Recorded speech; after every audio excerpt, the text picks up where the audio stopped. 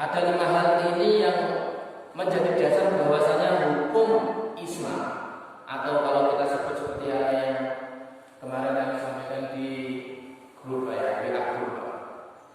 Maka maka sudul fikih atau tujuan-tujuan dasar fikih.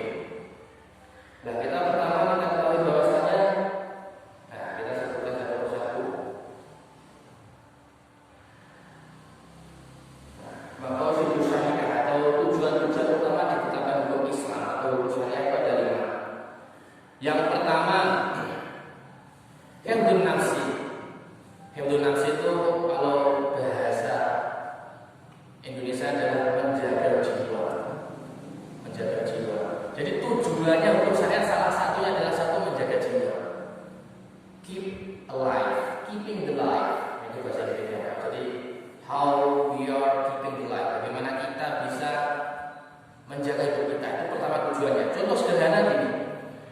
Kalau Bapak Ibu semua berarti sudah memahami yang namanya fa'amal maitatu atau bangkai. Itu kalau dimakan dan hukumnya haram lagi. Haram lagi. Hukum dasarnya adalah haram. Akan tapi ketika kita dalam keadaan sangat-sangat darurat sehingga kita harus memakan bangkai tersebut. Contoh, kita dalam satu mungkin ini cerita. Mungkin suatu saat atau ada sebuah cerita orang yang berjalan di padang pasir. Dia tidak membawa minuman setetes itu, tapi yang dibawa pada saat itu adalah khamr atau minuman keras. Kalau saya tidak meminumnya, semisal kita orang tersebut tidak meminumnya, maka kondisi jiwanya akan terancam.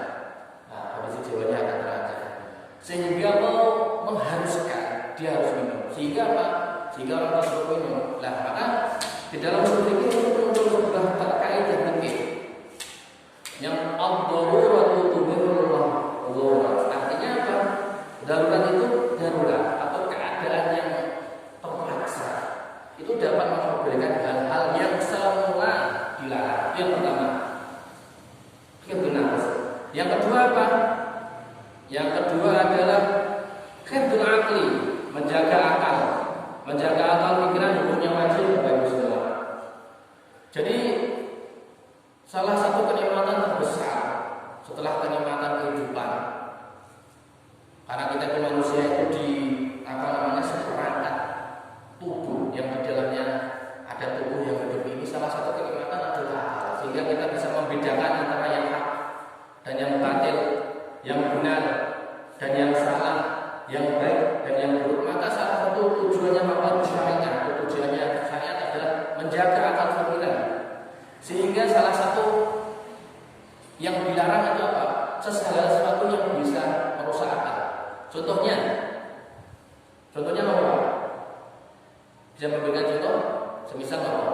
Minum minuman keras ataupun khamr ataupun arak, itu yang bisa membuat akal kita tidak bekerja sebagaimana mestinya, sehingga hukum dasarnya akhirnya apa? Minum khamr, al-khamru wal maisiru laysa min amali syaitan. Artinya khamr tersebut tidak boleh kita konsumsi. Itu hukum yang pertama. Yang ketiga apa? Yang ketiga adalah hifdzuddin, menjaga agama.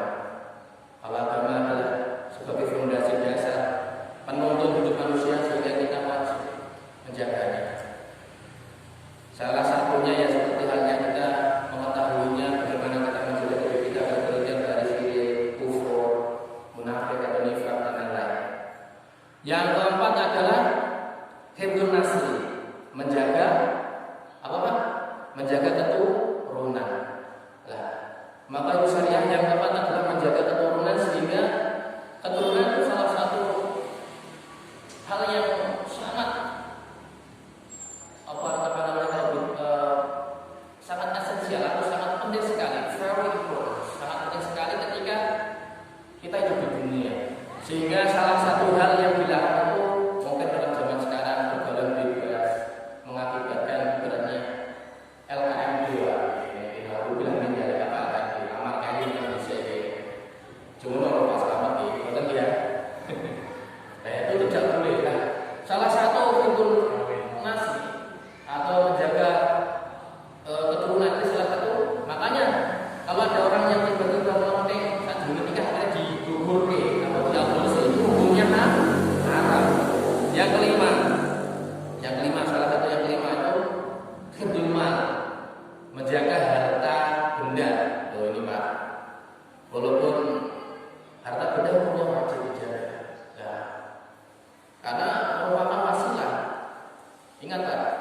Semanggi. Jadi harta benda itu laisa doya, walakin wasilah. Jadi harta benda itu tidak tujuan utama, tapi wasilah untuk kita bisa beribadah. Contoh sederhana, Bapak Ibu pengen beribadah itu kan ada syarat rukunnya kan? Ada syarat rukunnya. Salah satu syarat rukunnya menutup aurat. Menutup aurat itu kalau kita tidak mempunyai harta benda untuk membelinya, itu bagaimana kita bisa menutupnya? Sehingga salah satu hal yang dijaga menjadi tujuan dasar adanya syariat Islam itu maka satu syariat atau tujuan dasar syariat itu menjaga harta. Hadirin rahimahullah. Lah, ada 5 hal yang perlu kita catat bersama. Yang pertama, maqasid syariat atau tujuan-tujuan ketetapan hukum Islam. Yang pertama adalah satu apa tadi Pak? Menjaga nafsi, menjaga jiwa raga. Yang kedua menjaga akal.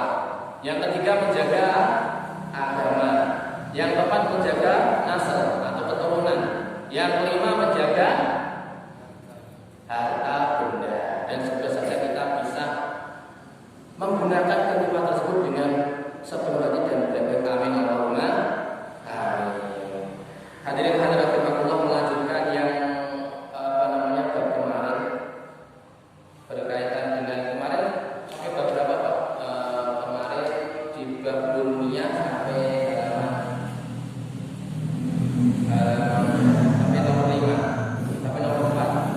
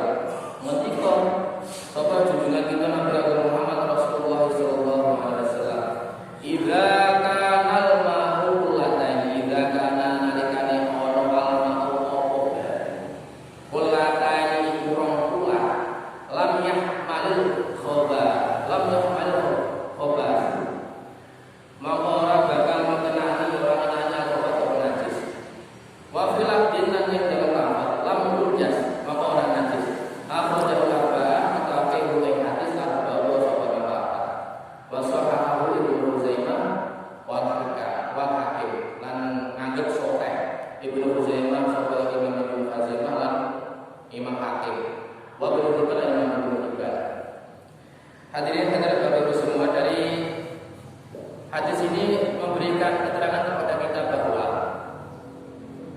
kita mengulang yang kemarin, salah satu ada 3 hal yang membuat air itu menjadi tidak bisa dipakai atau bisa menjadi najis. Itu ada 3 hal. Yang pertama kemarin apa? Berubah warnanya. Yang kedua baunya. Yang ketiga tonu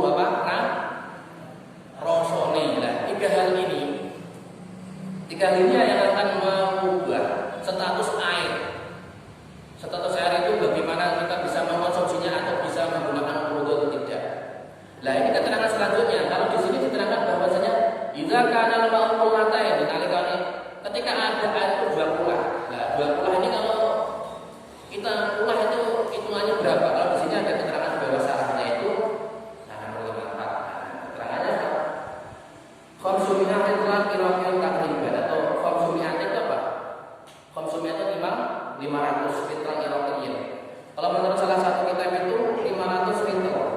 ditarik terus ini.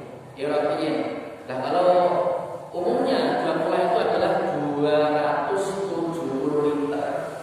270 liter. Itu kira-kira kalau volumenya diukur dengan berapa Pak? Dengan berapa? Nah, 2 meter persegi. Benar enggak? Bang itu. Terang ya ini. Jadi kalau ada semisal gini, jadi ketika ada cecak berapa? 60 meter. Nah, kalau sepengetahuan saya 60 cm paling tinggi. Nah, paling tinggi memang kalau sepengetahuan saya 60 cm persegi. Jadi isinya itu ada kira-kira 270 liter.